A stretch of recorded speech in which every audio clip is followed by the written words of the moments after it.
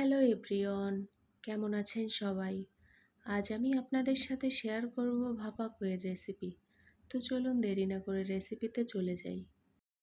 ভাপা কই করার জন্য প্রথমে আমি বেশ কয়েকটি দেশি কই মাছ নিয়েছি।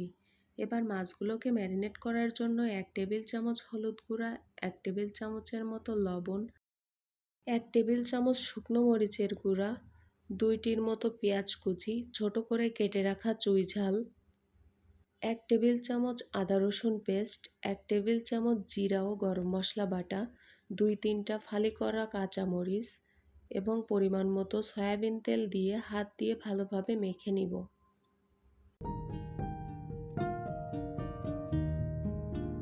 The streets were flooded with gold.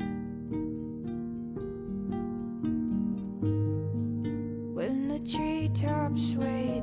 এবার ম্যারিনেট করা মাছগুলোকে আমি 2টি স্টিলের টিফিন বাটিতে নিয়ে নিয়েছি।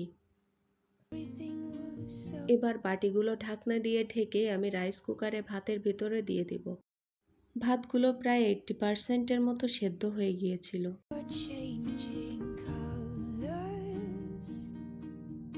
এবার রাইস কুকার ঢাকনা দিয়ে ঢেকে 1 ঘন্টার মতো ভাপ দিতে হবে।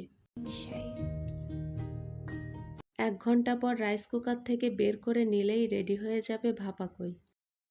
ঢাকনাটা খোলার পর এত সুন্দর একটা স্মেল আসে, যারা আগে এভাবে ভাপা কই খেয়েছে তারা জানে। তো যাই হোক, আজ এ পর্যন্ত। রেসিপিটা পছন্দ হলে অবশ্যই বাসায় একবার ট্রাই করবেন। ধন্যবাদ। My song for you. I'll hold you as winter passes through. Sweet dreamer, this is my prayer for you.